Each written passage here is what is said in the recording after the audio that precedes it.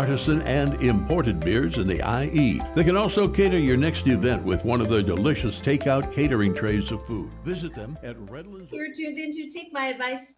I'm not using it. Get balanced with Dr. Marissa. The morning show here on NBC News, CNBC News, and NBC Sports Radio station KCAA, AM 1050, FM 106.5. 25 years strong, the station that leaves no listener behind, home to the Asian Oprah. AM 1050, FM 106.5, and streaming everywhere. iHeartRadio, Spotify, Stitcher, iTunes, TuneIn, Audible, Amazon Music, Tiki Live, Rumble, Podchaser, Streaker, Speaker, you name it. I'm there because I want to balance out all the bad news that is so readily available with some good news and good people, good interviews, good topics, and of course, great series. You are tuned into my very popular Thursday series called Straight Talk with Dr. Marissa and James Hawthorne. And if you've missed any one of our past shows or my 1,144 shows, please do free subscribe or subscribe now to get a little closer to me and have a little extra time. All of that is available to you now. And we are going to start with breakfast because that's what we get to do every weekday morning with me. I want to do a little weight training. Weight as in wait before you get up and go in that, rushing, pushing vibration. I want you to start with gratitude and appreciation, which will guarantee that things will be sandwiched in the most positive way for the rest of your day. So here we go. What are you grateful for, James Hawthorne? I had a great catch up with a high school friend of mine, and he's doing some really exciting work. Why, thank you, Troy. Appreciate that. He's doing some really exciting work in the consulting space, helping companies become blue. It's called blue certification. And I'm a big proponent of environmentalism, and as an avid scuba diver, that's really near and dear to my heart. And I'm grateful to him because he thought there'd be a great opportunity for me to help him expand his footprint in that space. And I've worked with him before doing other things for his company. So I'm just grateful that he, has kept me on his mind and looked for an opportunity for me to get involved in something that I'm really passionate about. So. Awesome. And I am grateful that I am off to, for the first time, the National Association of Broadcasters, could be Academy actually, but it's NAB, it's in Vegas. I'm so excited. My new Friday co-host, I don't know if you knew about this, we're starting a new series called The Review. Get it? Review.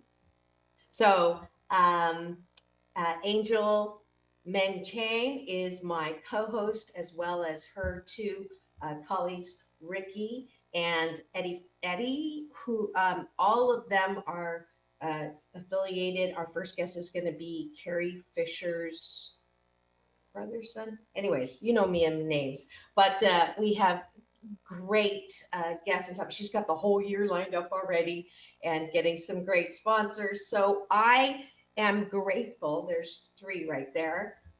For this chance to go, all the after parties and all that. This is the first time I've been invited there. So I'm grateful and excited. Can you tell? I absolutely can. You're beaming. Now I have a question for you, though. You have a national gathering of broadcasters. Please tell me that they have a talking stick. Otherwise, I'm imagining everybody broadcasting right over. You're right. Very good point. Very good point.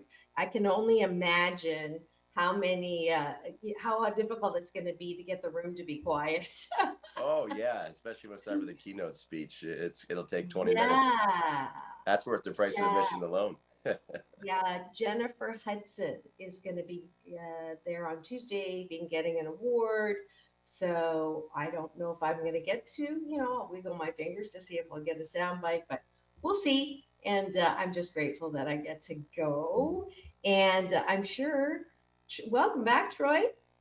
He's an avid breakfast consumer, and he will do gratitudes. And of course, he did. I'm just grateful for another day above ground. Wonderful. We're grateful to have you in the Cashew Gallery. And I am grateful for being contacted from London, England by a company called Uptime. And they asked me to be a content creator for them. And we had the call this morning, and it looks like it's a go, and I'm excited about that. They do hacks, this instant society, distilling your message into some points so that people can, not spend a lot of time, which is great. Our instant society. And lucky for you, I have nothing to say, right? Sarcasm is another service I offer. But I was telling Troy, because I've been such a belligerent numbers, you can buy them. Numbers don't mean what people think they mean. And it's another proof that they contacted me from what they've seen. And if you build it, they will come. So for all of you who worry about numbers, don't worry about numbers. Just do what you love to do, and not everybody loves everything. So everybody has a little part of the, everybody has an influence, number one. But if you're as shy as I am and you like being on camera or on whatever platform you are, just be in joy, be in that high vibrating place. So I'm grateful for being contacted. Go ahead. I think that's a really important key to happiness that you just touched on right there. Commit to the process. Don't worry about the numbers. The destination is not guaranteed. And a lot of people say, well, why should I commit to a process if I don't know I'm even going to get there, at the end anyway? Because we're so goal oriented. I think it's important to have goals, but yet at the same time, not be attached to them, because the only thing you get every day is the path, the journey that you walk down. So you might as well enjoy that process and be smiling along the way, because that's the only guaranteed thing that you get. And I think that that is an important hack to happiness, if you Yes. will. And not to skip steps, but when we get to the things that we like about ourselves, the second blissipline of the gratitude breakfast, I guess. One would be is that I have finally learned how to let go of goal attachment, and I like that I am able to enjoy the process and the path. So to get back to my last gratitude, I'm grateful for this stunning weather that we had, because I went for a run yesterday in Santa Monica along the beach. It was postcard day. It was warm, but not too hot. Visibility was stunning. It was just one of those, like, I'm so happy to be here right now doing this. I was running slowly. I'm not nearly in the running shape that I used to be, but instead of beating myself up over it, I was just grateful to be there right now, um, enjoying a beautiful weather day, doing an activity that I love. So Awesome. And I'll skip to the bottom of the discipline as well too. What do you like about yourself? 8 things. James already started it off. I'm going to say I appreciate that today is I've been sober for 5,555 days. I thought that was a pretty cool number. So, yay to me, and I'll celebrate with some vodka. Just kidding. This is so. So I gotta be. You gotta anchor me down today. I'm a little bit, but I appreciate that. Gosh, I'm naturally high. I love that. I love that. Um, I like my curiosity, because it always gives me a reason to talk to somebody new, somebody I don't know. And I think they receive me as someone that cares about them. And I do, but a lot of it is fueled by curiosity, really, a genuine curiosity for everything. So I like that about myself. Keeps me engaged with the world around me and out of my Mhm. own head. Beautiful. I appreciate that. I also have jumped off that hamster wheel of constantly doing, ending up in do, and instead enjoying the journey and the destination. Probably even more so the journey, because as you said, sometimes the destination isn't what is best for you at that time.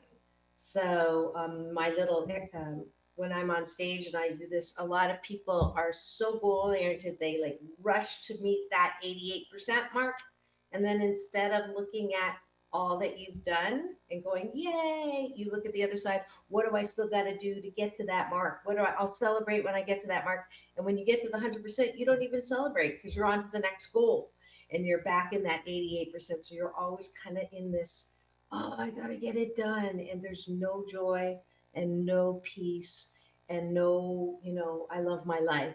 So I appreciate that I have figured out, no matter where I am, to turn and look at the side that feels better. Yes, I love that. I want to come back to that one too. That's such a great point. I like that I try to be helpful to people.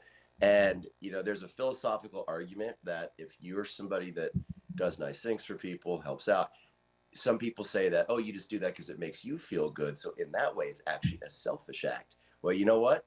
Call me selfish then, because I love actually helping other people because it makes me feel so good. And I like that something that is good for other people makes me feel just as good too. And I find it to be a pretty easy thing if you can look for the win-win situations in life where, oh, this person needs that, they need that, let me put them together and sprinkle a little bit of my gift on top of it. Yeah. And I think that it's a nice thing to be able to do, and it doesn't take a lot of effort. And I like that I am always looking for ways to do that for other people. Yeah, I appreciate that I have bucked my family Tao tradition, my mom's maiden name. It's not just my mom, but between the Chinese and the family personality, I have bucked for the most part the expectation that if I do something for you, you better do something for me. And that's like such a horrible way watching my family, my mother's side of the family just get constantly into battle because of that BS belief system. You owe me. I'm so appreciative that 88% of that is gone. I don't operate that way. There's an expression in a 12-step program called for fun and for free. So if you can do something without the expectation that you're going to get something back, it's that doing something nice without telling anybody about it and things like that. Not my natural what I grew up with, but to learn that and to try to practice that. That's such a familiar thing. I think a lot of people deal with that. I know that at times I have, especially if I feel very stressed out or if life has me kind of beaten down on a given week, I tend to lean into that bad habit of, well, I still made time to do this for you and you can't do this for me.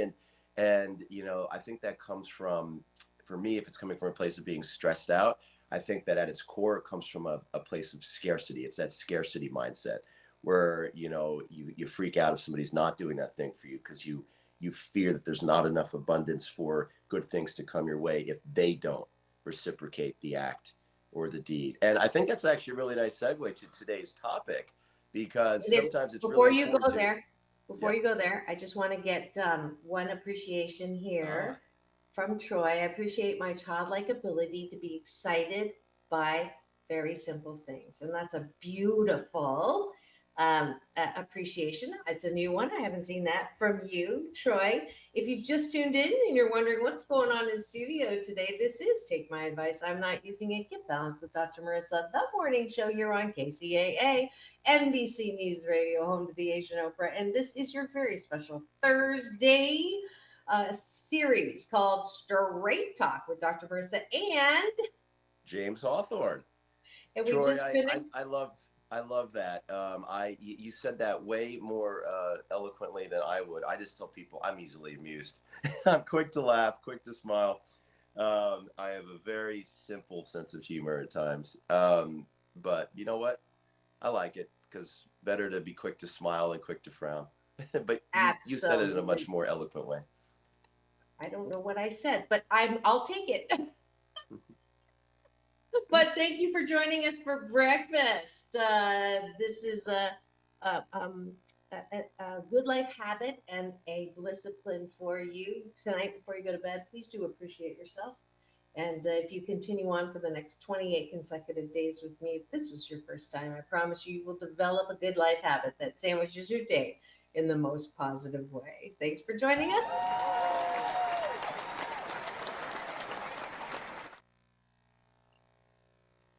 taking a bite of my gratitude sandwich, and now we are going to go to the topic of the day that I don't remember who started it, but it's always fun trying to remember.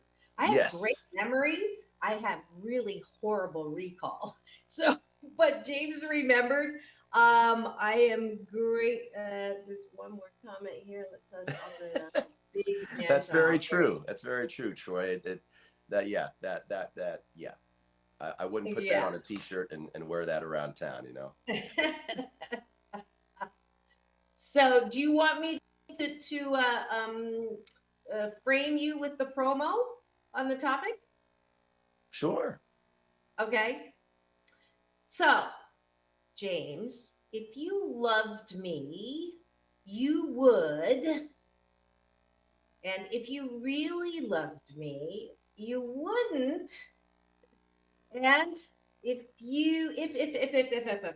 that is proof that unconditional love maybe is not possible. My ears hurt just writing this, and I've been guilty of saying it too, especially to my kids before I knew better. Today's topic is Unconditional love. Is it even possible? Does it exist? Meaning, is it within our realm, our capabilities as a human being to love in that way? Does it no. exist? And if it does, is it even a good or a healthy thing? Let's discuss. That's our topic for the day. I love it. I love it. And I'll say no right off the bat because I don't think it is possible unless you're like 100% codependent.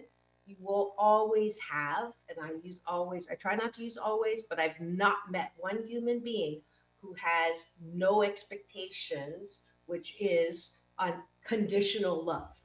Conditional love says, I will love you, and I have a certain number of things that you got to do for me. If I go to Troy, his example of 31 years with his wife Netter, and we had been talking about loyalty and not cheating and betrayal. That is an expectation. If you betray me, that's it. That's the. Then they both agree on that. That it's great and it's still a condition. So that's why I call dogs unconditional dogs because they are the only thing, in my view, that can truly 100% love unconditionally. Yes.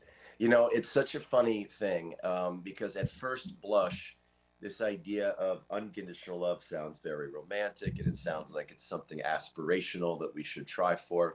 But when you dig a little deeper and you start thinking of certain scenarios and what does that really mean, you know, it might not be the healthiest thing. I think that a lot of people could, if you think of it as a scale of conditional love to unconditional, I think a lot of people could benefit from loving more unconditionally, but to do so in the strictest sense of the word, I think can be quite dangerous and unhealthy, as you mentioned, you know, codependency.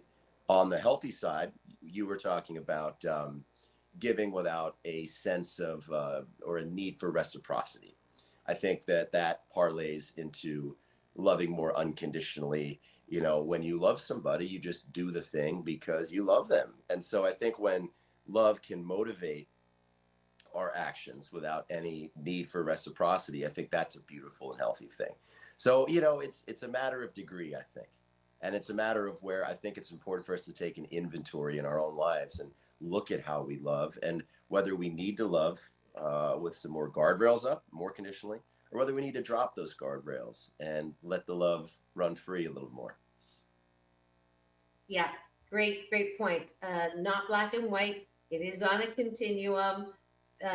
Absolutely, if it is 100% unconditional love, that means I can beat you and you'll still love me, right?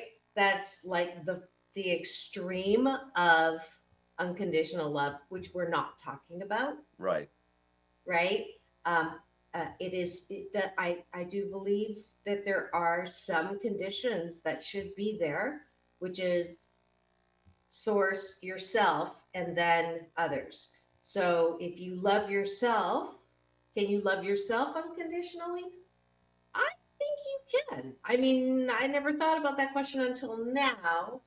Can I love myself unconditionally? And the reason why I'm saying yes, which is kind of mind blowing because I just said that humans can't do it. But if I look at my life and who I am and where I've come and how what that journey's been, I started with a complete conditional love of myself. I could only love myself because I adopted what I grew up with is if you achieved, if you did well, you got A pluses. If you listened to what your parents said, if you followed the 10 commandments, and if you could do all those things, then you were loved, right? And if you didn't do those things, then you were unloved, which is why I did try to do all those things perfectly, didn't do it. So I was constantly beating myself up. I was constantly what you're saying in your head that you were mentioning before. Now I can say I love myself fully and completely, knowing that I'm not perfect. 88% Yes. of the time, I am fabulous, one of a kind, wonderful in all of my quirkiness. 12% of the time, I fork up. I try not to, but I fork up. Do I love myself even when I fork up? I do, because I know that I that's who I am. And I have I'm connected to a source of power that creates the world that we're all, I call it love. We come from love, we're born from love, we return to love, and we try to do our best here in love at 88% of the time. I think we can. So, yeah, I can love myself unconditionally as long as I don't have 100% conditional expectations of myself to be perfect. Right. So, I mean, there you go. It shows that we are capable of unconditional love. And I think that we can practice that towards other people too, but it doesn't mean it's good for us. I definitely think it's within our capacity. And I think it is administered to others in the similar way as it is, to yourself. And it doesn't mean being delusional. It's also that it's saying I'm being major. Oh, sorry, It's true. sorry. I It saw doesn't that mean that you're already. I thought delusional. it was a new It's one. saying, look, it's saying I know I got a lot of problems, but I love myself anyway, or I know I got a lot of things that I need to work on, and it's loving yourself anyway because it's this understanding that we all do, that everybody's a work in progress till the day that they are 6 feet under. So, I think that it's good to give yourself and others that sort of grace. I think moving towards the unconditional end of that scale is healthy in that regard. When you're loving somebody else, give people grace, right? Otherwise, they're always going to feel like they're never good enough for you if you're holding them to that same standard, right? That we both had as kids. A plus student, top athlete, listen to your parents, all of that. Yeah. So I guess I just, what is that word? I disagree, or I corrected. No, there's an expression that I can't remember right now. That I'm going back on what I just said. I think it is possible to love unconditionally if I use that same definition for myself, and I can love people even when they're in their 12%. Yes. You know something that's interesting to me about this topic when I really think about it is I think I suspect that we all might be lying to ourselves a bit, thinking that we do love more unconditionally than we actually do. And I think it might be fun for us to, another unword, uncover some of the conditions that we are secretly loving with or through. So when we look at it through that lens, maybe we can identify some of those sneaky conditions that we place upon Mm. our love, make us all more aware of that, and maybe we can all walk out of here loving a little bit more towards the unconditional I side without love crossing that it. unhealthy boundary. I love it, love it, love it. If you've just tuned in, you're wondering what's going on in studio today. This is Take My Advice. I'm Not Using It. Get Balance with Dr. Marissa, the morning show here on KCAA NBC News Radio, home to the Asian Opera, AM 1050, FM 106.5, the station that leaves no listener behind, and streaming all over the place. iHeartRadio, Spotify, and of course my YouTube TV channel, where if you free subscribe, you will get an alert every weekday morning to tune in. And this is our very special Thursday and extremely good topic today. I mean, they're always good. On my Thursday series called Straight Talk with Dr. Marissa. And James Hawthorne. And he just gave us a project for the rest or for the next segment of the show, which I think is fascinating. Unconditional love.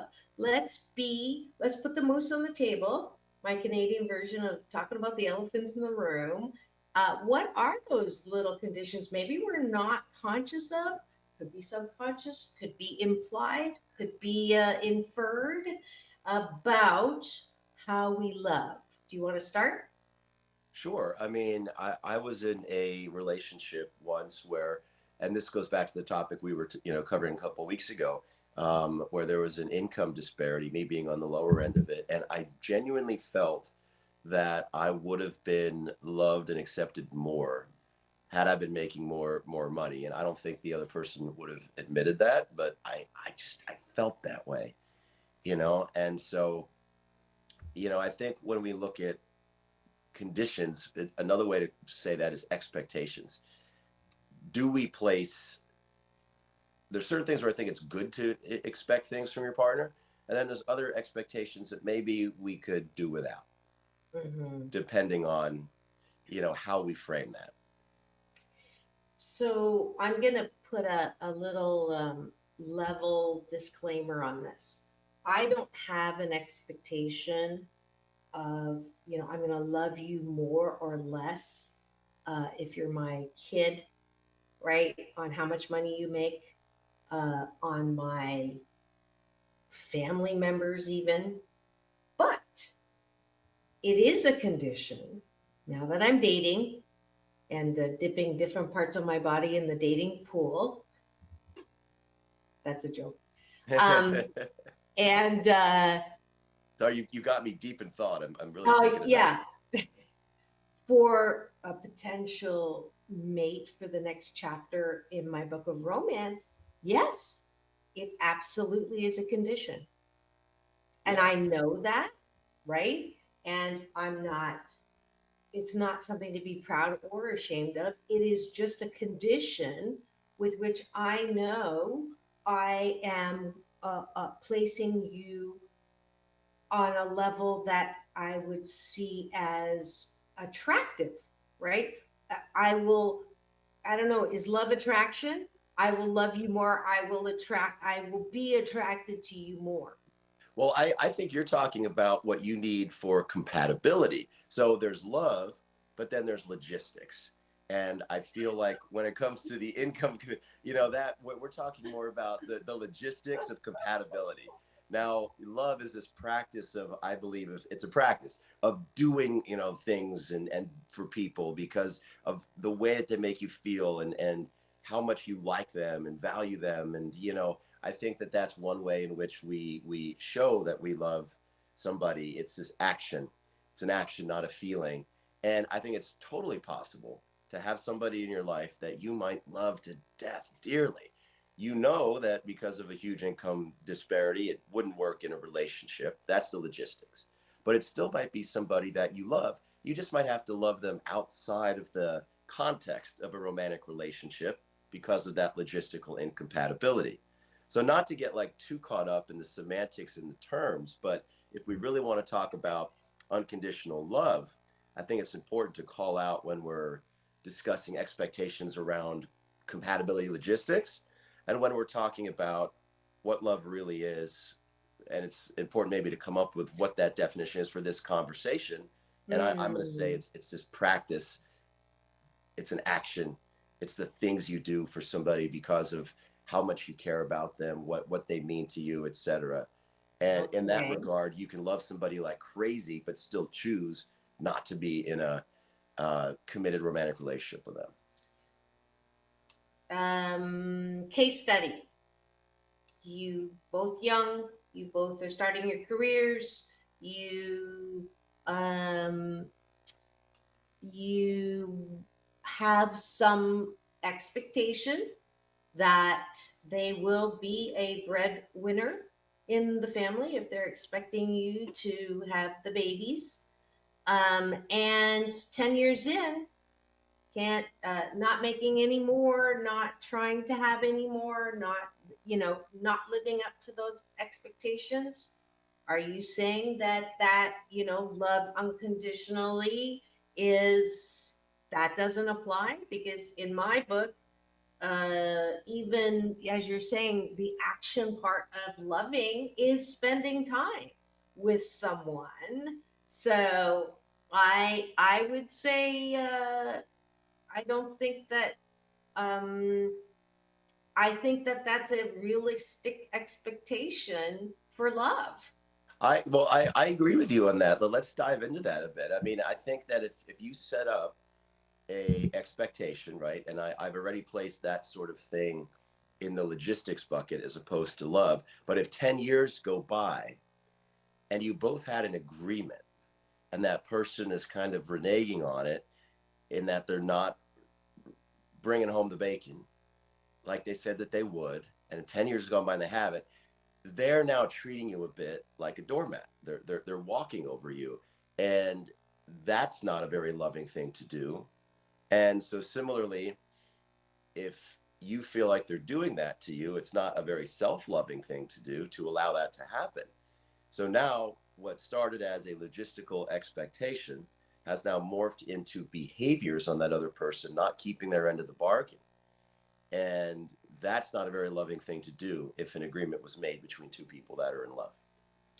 So in that regard, I would say that that's one of those things where no, you have to look at that person's behavior and call it out and say, well, I would like to love you unconditionally, but you're not really trying that hard or putting in the effort, and it's making me feel unloved. Mm-hmm. Mm-hmm. Okay, so money is one. Um, how intimate, how physical, sex wise, that's another one. And I can just bottom line it by saying every single thing that relationship when people come to me for relationship coaching, all the big ones, pun intended, are the ones that are threatening unconditional love. These are the conditions that I will love you and you're not meeting them, right? Sex, uh, money, right? Um, uh, time. How much time do you spend with me versus your friends at work, all the other ways? Um, how you are as a parent and not just as a mate.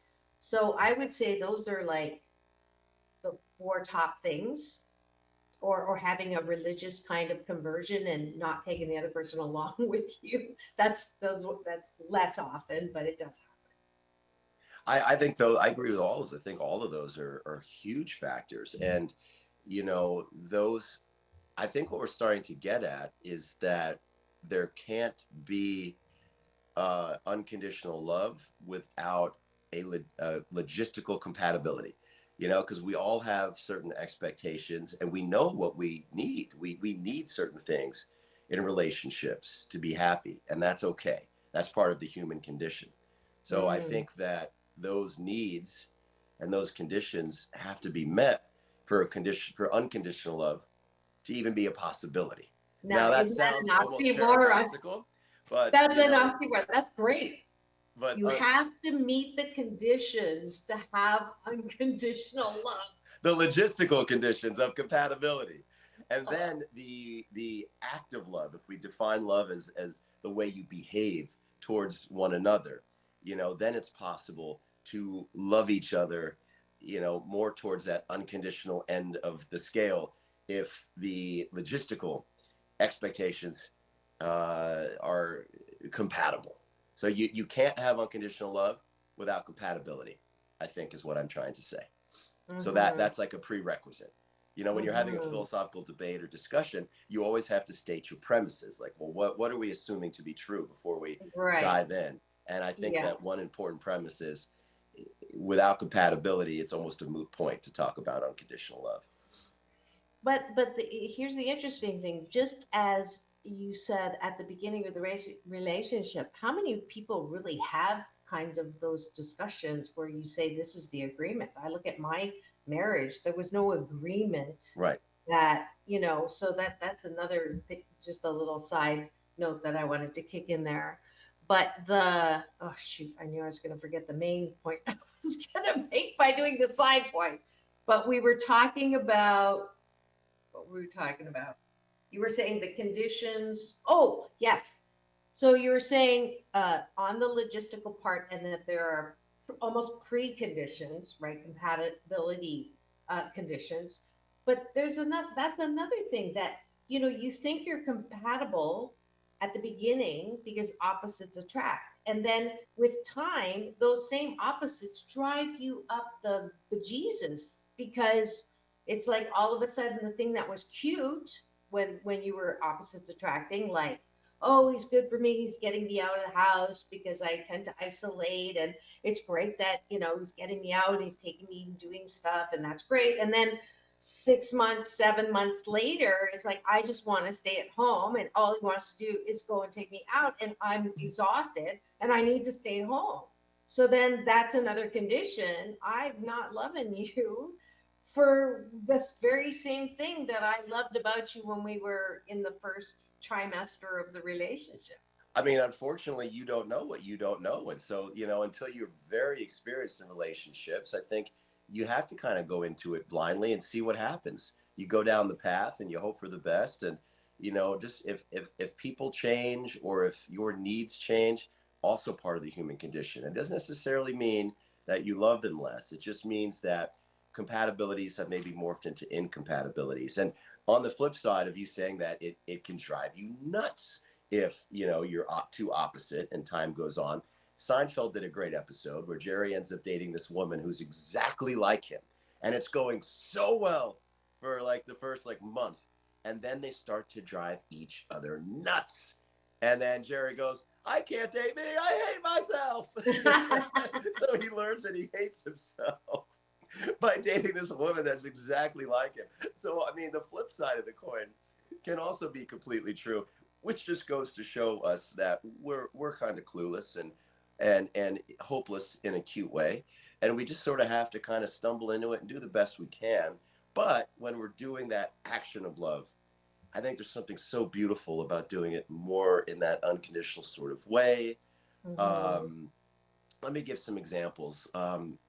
You've heard about like couples that have been separated, and every single day one will write a handwritten letter and send it, things like that are just incredibly thoughtful, show persistence of just commitment and care. Those sorts of actions, it just shows that like no matter what, I might not have received a letter from you in 2 weeks, but I love you, and that's never going to change, and you're going to get one from me every damn day. I think things like that are incredibly sweet and amazing, and when you hear those stories, I think that's pretty good. Um, Watch that D word. Hopefully Oh, Rick's not. I didn't know that was Yeah, an that's on the STC list. situation there. You've never used it before. So another tool that I know a couple that they're now divorced, but however, it's a nice tool similar to what you're talking about with the notes. Is there's a there was a journal in the middle of the house, and they would, when they went by, they would write something that they loved about the other person or appreciated about them, or a little love note of that kind. And that, I thought that was a great tool, just to keep it, because we all have a tendency to go negative before we go positive. It's in our genetics, right? In the days of the woolly mammoth, we had to know when something was wrong. So if something, we were focused on the negative, but there's no woolly mammoth. So we have to use our muscle to discipline into positive, not natural. Um, and oh, shoot. The second point was, I'm good for my first point, and then I forget what the second point was. Um, oh, sugar mama. But anyways, you continue, and then I'll come to me. um, it just occurred to me. Think about the wedding vows in sickness and in health. Through richer or poorer, right? I When you can't hear, stand the till death do us part, by the way. That's I just know my. I don't like. I'm not such a big fan of that either because things change. But let's talk about like No, but it's sickness and health. morbid. It's morbid. Well, I mean, it's really intense. It's some heavy stuff. It's like some Well, Old so Testament that's stuff what I instead of mean. New Like, that's Testament. that I get to look for. I don't know. Anyways, that's just my pet peeve. But I mean, let's talk, for example, sickness and in health, and not in like maybe the literal sense. Let's say that, she loses her sister, or whoever, your partner loses a sibling in a tragic way, and they go down the spiral of depression, and they can't even get themselves up off the couch, and and it becomes a huge burden. They can't go to work, they lose their job. So now there's sickness and there's for poorer. And, there's an opportunity here for unconditional love to try and help them, support them, bring them out of it. But if a year goes by and they're still not working, and they're still horribly depressed, and they're not taking any effort to change that, there has to be some limit of I'm not going to go into that black hole and hang With out there you. with you. I'll be at the top and reach my arm down. I'll throw you a rope. I'll throw you a basket. I'll whatever you need to get out. I'll give you Mhm. climbing gloves. But I'm not going to go into that hole with you for the rest of my life. At what point in this scenario, right? Call it a case study. At what point is it okay and not selfish to say, look, I love you to pieces. And because I love you so much, it's killing me to see you a year in completely crippled still, and I've tried everything I can to help you start to help yourself, and I've tried to do the heavy lifting. I've been doing it for a year, and I don't mind it, don't resent you for it, happy to do it because I see how much pain you're in. But enough's enough. At what point is it okay to say that, just for your own well-being and protection? Yeah. And at what point is it okay to forgive yourself for saying I have reached the limits of my unconditional love for Mm-hmm. you, if you're Mm-hmm. if you're not willing now to start to fight a little harder for your Yeah. happiness and functionality in this world. That, that's a great point. And the one that you raised earlier, that 100% unconditional love is not always healthy. If I'm going to completely accept you for you exactly as you are, and you're not loving yourself in your own behavior, I'm enabling you to not love yourself, which is not a good thing for me to do. No, Right? that's actually not a loving thing either. It's sometimes you have to do a slightly cold thing in the best interest of somebody else's well-being. Otherwise, you're enabling that brokenness that they have just gotten stuck in for a Yeah. year. That's And why. so Go sometimes ahead. a loving action isn't always what you would expect it to be or what Mm-hmm. it looks like. There Mm-hmm. is such a thing as tough love, and that can be part of unconditional love, because sometimes the tough love is painful, it's hard to do. But if you really know that that's what that person needs, finding it within yourself to do that thing, it's not just tough on them, it's tough for you too sometimes Yeah, to do for tough love, sure. especially when you love somebody like crazy. And I'm going to turn it a little bit at an obtuse angle for me. When I say source or God or whatever you want to on top, and then me, and then you, that's on purpose because I have to do what I know is best for me, okay, which may not be best for you in the way you're defining it. And I don't necessarily have the right to say to you, you shouldn't be doing this. You should not be grieving past this certain time. I don't have the right. That's your process. However, I know that I am not in a situation where I'm loving myself to always be constantly in a situation where someone is not their best self for me. Therefore, I'm not judging you. You can do whatever you want. But based on what you're doing in my proximity to you, it's not good for me. So I love myself enough to detach and say, I love you. And you don't, there's no condition here, right? You do you, right, as much as you do. And it's not even tough love for me because I don't have the right to change you. I do have the right to say I choose for me to remove myself from this situation that is not good for me. And that shift takes the whole unconditional love for me. It's not about you, it's about me. And that is not a popular message usually, because like you said earlier, selfishness is not a good thing. Well, I think it is. I think that self-love, self-care, self-esteem, self-soothing is the most important thing. Because if you can't do this for yourself, then you are 100% bobbing on someone else's emotions, Well, which is not good for you. yourself, I call it self full. Like yourself has to be full. If you're going out there unconditionally loving somebody, but your life is an absolute shambles, well, that's codependency.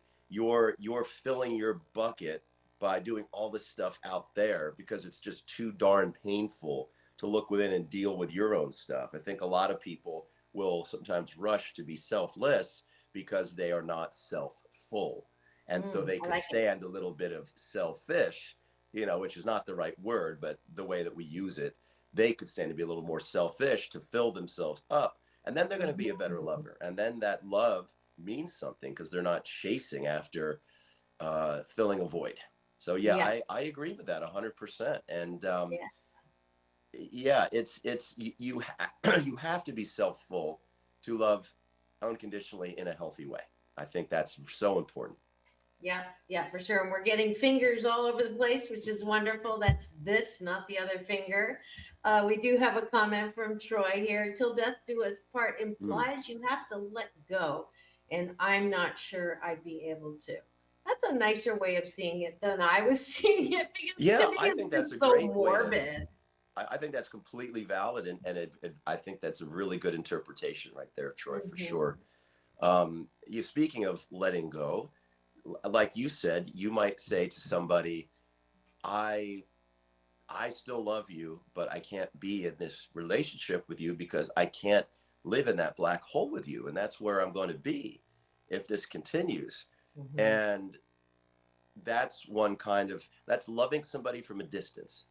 And so this sounds so paradoxical, but can you unconditionally love somebody from a distance? And I think, sure, you can. It's just you have removed the context of a romantic Hmm. relationship in the name of self preservation. But that said, that person, you might think about them every day for the rest of your life to the day that you die because you love them so dearly. And that action, that history, the years of action of love, you can't shed that. And I wonder how when I look at people that were in relationships that were loving at one point in time, how sometimes when I hear them talk about their past relationships, they're so quick to just poo poo them and say, well, that person was above. And there's so much anger there. And Hmm. I think about that and I'm like, well, what about all the love too? And Hmm. sometimes I think it's a burden to carry all that love from past relationships with you in your heart. But at other times, I think that it's the kind of thing that can rescue you from a bad day or from your darkest hours. To go back in Hmm. there and say, yes, I had this sweet, amazing, loving, connected experience. And I think, And I can unless, do it again. I can yeah, do it again. it can Yeah. be inspirational to carry that love with you from. I don't think it's unhealthy. I think you can let the person go, but it doesn't mean that you have to let that love go. You don't have to let Mhm. the history and the beauty of that love go. And Yeah, it's a and like, burden to carry it with you, but I also think it's a beautiful burden to bear. yeah, that's that is why my model of not blaming people is so important to me, because it is, you're just not a match anymore. That if everyone, you know whatever relationship you had, it was a great relationship during that time, and there were a lot of benefits from it. And I say, what did I learn as a result of that relationship? And then usually conflict, right? And then it's like this angry, oh, you're bad and you're bad and you died, how dare you do this to me, and da da da da da, and f you, and da da da da. And so all the good, as you were saying, is gone, and you're only remembering all the bad. What if we could just say, you know what, for that time period it was a great match, and I'm grateful to you for learning this. And what happened is showing, that there's just not a match anymore. And you're not bad, and I'm not bad. Yeah, we were in our 12%, but it's just a sign that we're not a match anymore. And I release you with love, and I do really wish you well, but we don't have to go in there and keep demonstrating why it's not working and how angry and how, Right. all the things you did to me and blah, blah, blah, blah, blah. It's just not helpful. Wouldn't it be nice if at the end of our lives, when we look back on all the relationships we've had, we can look at them sweetly? I mean, unless the person cheated on you or was just awful to you, but assuming that it was just an incompatibility thing, as I think more often than not, most relationships end in that way. Mhm. Wouldn't it be so great if we could look upon all those experiences sweetly and say, what an amazing full life I had, instead of looking at each one as a failure, saying, well, I failed 25 times and I never found the right person. Because then you're carrying around all this negativity, resentment. And so, I mean, framing things, even when you let the person go, I think you can love unconditionally someone that you're no longer in a relationship with. And I Yeah. think that's a beautiful, healthy thing too. Absolutely. Absolutely. Great points. Great points. We're coming up to the end of the hour. And if you've just tuned in, you can get this entire conversation that we've had straight talk around unconditional love on my YouTube TV channel. Free subscribe or subscribe at different levels to connect with me on Mondays. I do a Q&A after the stream is done on NBC News Radio, and we have a chat, whatever you'd like. We had a great chat last week. And you can do that, or the $4.99 level is I give you every month something free from my YouTube. From my Balance Marketplace on my website, drmarissa.life. And today's Asian Oprah giveaway is actually 2 tickets to Al Stewart. And I don't know what you're doing on the 21st, James. I need a date because I haven't dipped enough of my body into the dating pool. but The But pool's not that cold. Come on, slide in. It's nice and warm. Come on in. Time Passages. Do you remember that song? Time Passages. And the Year of the Cat. Anyways, he's at the Saban Theater. I'm giving away Asian Oprah giveaway tickets. First person to drmarissa.life. Just put in there Al Stewart and you'll get those tickets. It has been amazing. Final word, 30 seconds. Yes. Don't let the semantics of unconditional love and things like that fool you. Take an inventory, I think, on how you love and whether you need to put some more conditions or protective guardrails up, or whether you need to strip them down and love with a little more openness and heart. I think it all starts with an honest, healthy inventory and making yourself full so that you can better love in that healthy, unconditional way. Beautiful. I will say it is most important first to complete yourself. You don't need someone to complete you. You are perfect, whole, and complete, 88% fabulous, exactly the way you are. And once that is clear, then you can dip your body parts into the relationship pool.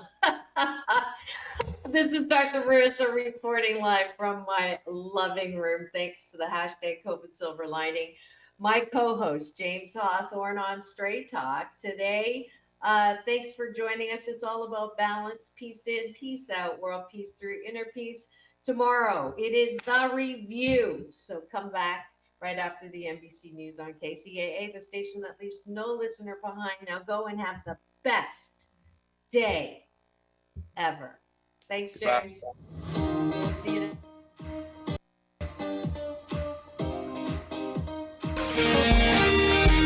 NBC News on KCAA Loma Linda, sponsored by Teamsters Local 1932, protecting the future of working families. Teamsters1932.org.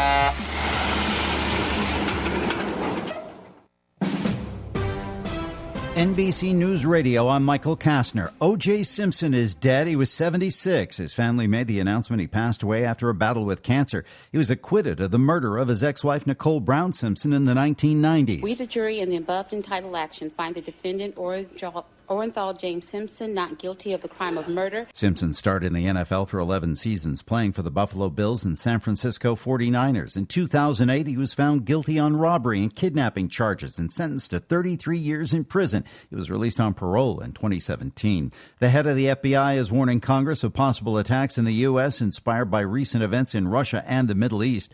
Christopher Wray is scheduled to speak before the House Appropriations Committee today. And the Masters is underway in Georgia. The first major event of the year is taking place at the Augusta National Golf Club.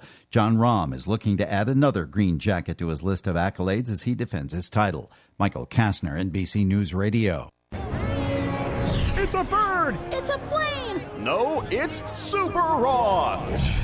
Okay, a gimmicky opening for a commercial about Super Roth Universal Life Insurance, but I'm sure it got your attention. Now, what is a Super Roth, you ask? It's a permanent indexed universal life insurance that's totally liquid and easily accessible once it matures. Can be used to supplement retirement savings or a death benefit, or both. Has no income or contribution limit. Has no 5-year rule like Roth IRAs. Has no 10% penalty for accessing the funds before age 59 and a half. Oh, and the average historical returns are 5 to 7% annually, tax-free. Super Roths also lock in gains, which means you don't lose your money when the market is down. Sounds incredible, right? Sounds super? Super Roths are the way of the future, specifically your future. To see if you qualify for a Super Roth, go online to thesuperroth.com. One of the best ways to build a healthier local economy is by shopping locally. Teamster Advantage is a shop local program started by Teamster Local 1932 that has brought together hundreds of locally owned businesses to provide discounts for residents who make shopping locally their priority. Everything from restaurants like Corky's to fun times at SB Raceway and